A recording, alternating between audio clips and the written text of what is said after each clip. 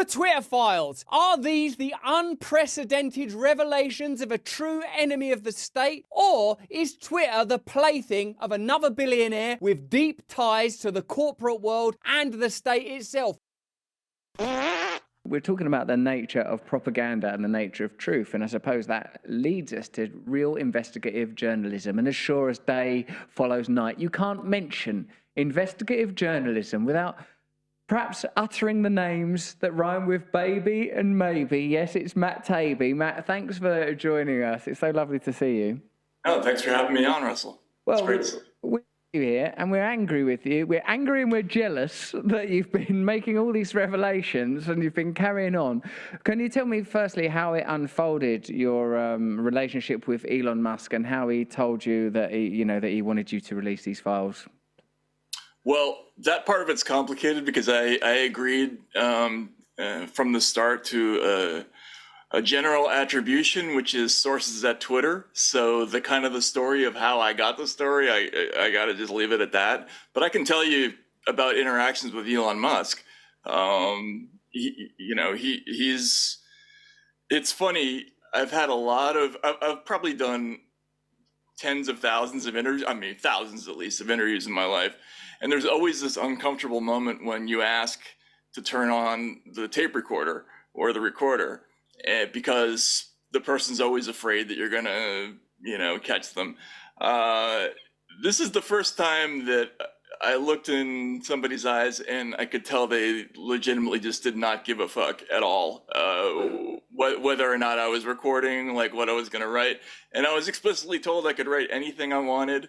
And we haven't seen anything or run into anything that suggests otherwise. Subsequent to making these revelations, you've been accused of being something of a kind of, left-wing apostate. The idea is that Elon Musk is the sort of representative of a new sort of right-wing type of rhetoric and political perspective, and that you haven't made any revelations about a sort of shadow banning of left-wing figures. And why is that, Matt? Because we haven't seen it yet. We're looking for it. And I think one of the misperceptions that people have is that we're sitting in front of a terminal that has global access to everything. And if that were the case, we'd be searching for all kinds of names. And but the data sets that we've looked for evidence in the other direction of, let's just say, requests from the Trump White House to get this person or that person banned. I was told that by human sources, so I felt obligated to put that in one of the threads, but we're not seeing that in the document, so I can't write about it. The most interesting revelations, or the most scintillating at least, appear to be the suppression of the Hunter Biden laptop story, Twitter having a secret blacklist, and the removal of Donald Trump and trying to create a unique case for the removal of a sort of a political figure. But you believe that the most important thing is the relationship between law enforcement, government, and social media. Is that right, Matt? Yeah, and that was the thing that I was really most interested headed into this project was, I think a lot of people have questions. How involved is the government in monitoring and censoring the speech of ordinary people?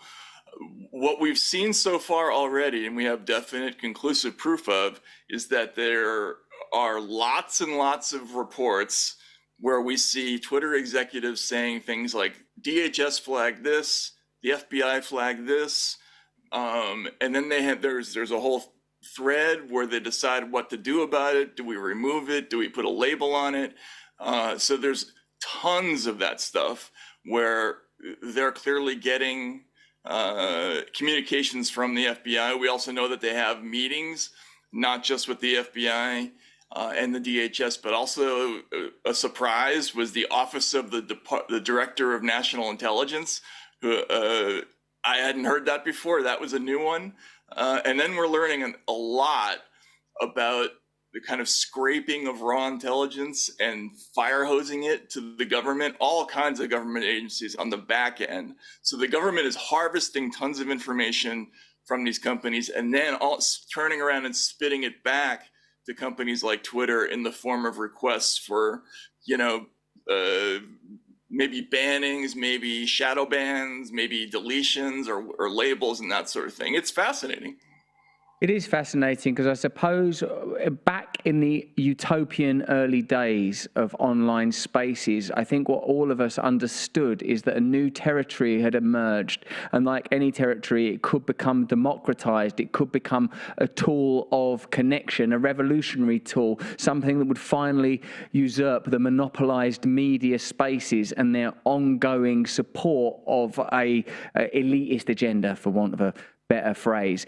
But what has happened is that expertly the social media spaces themselves have been corporatized and corralled, and what you have demonstrated through these revelations, through your revelations, is just examples of that in practice, that these spaces are no longer free spaces. They are managed and controlled spaces. They're not organic. And the idea that social media could be used to create insurrections, even if they're ideological insurrections rather than sort of actual social revolutions, is being quite strongly prohibited. Yeah, I think the thing that we were shocked by was the degree of idiosyncratic control over the visibility of every single user, account, hashtag. They have a whole universe of stuff that they can do to any single account. They can dial it all the way down to you cannot be searched. And then from there are like countless gradations of things that they can do, all the way up to your account will not trend. Only people who follow you can see you. Even people who follow you won't see you unless they search. Like there's a whole list of stuff. So they have absolute control over the visibility of basically everything. And we haven't learned a lot about amplification of accounts yet, because that appears to be another side of the company. But in terms of cutting it down, dialing it down, we're learning a lot about that. So presumably much of the angst about Elon Musk's acquisition was that he was visibly and palpably not a compliant figure like Zuckerberg or other oligarchs in the space. It isn't on board ideologically with the project. We know that sort of Zuckerberg wrote to Fauci and it's just sort of like, how can I be of any assistance type way. So if this is happening at Twitter, obviously the assumption is that similar programs are operating throughout the social media world, and another space that we are sort of taught to regard as neutral is in fact a highly managed space that's curated and potentially, as you say, amplified where necessary. We would assume it's true at Facebook. We'd assume it's true elsewhere. Yeah, and we've seen evidence of the conversations within Twitter about what they do at other platforms. So you're right about that. I think it's a safe assumption that every single one of the major platforms has basically the same arrangement with the government, and we can't say definitely exactly how it works yet, but I'm assuming, I think it's a safe supposition that there's probably something similar to what's going on Twitter at the other platforms as well. It's just Twitter is a different animal than the other platforms. Like, for instance, one of the things we were told is that you can't get sort of a viral outbreak of political activity as quickly, say, on YouTube, because people have to physically sit down and watch the video. On Twitter, it can happen in seconds, in microseconds, which is one of the reasons why they pay such close attention to every single thing that happens on the platform. What will Elon Musk's actual ability to deny this kind of access to those sorts of agencies be? And I know this is speculative, and I certainly wouldn't expect you to put your relationship in jeopardy, but how distinct, so firstly, how much is Elon Musk likely to oppose the previous regime's relationship, and how different is Elon Musk's agenda likely to be, given that many of his economic relationships are going to be sort of comparable? You know, we don't know that yet, and he explicitly, again, he told me we're not just interested in looking at bad stuff in the past. If there's bad stuff in the future, we want you to look at that too. So as we learn about all these things, we can look at it. But I will say, as a journalist, I think all of us, we all feel the same way, which is that we don't know how long this opportunity to look at this material is going to exist. And so I feel like we have a responsibility to try to dive into it as quickly as we can and as comprehensively as we can before, something happens. Let's say there's a federal investigation or a congressional investigation and the whole thing gets shut down.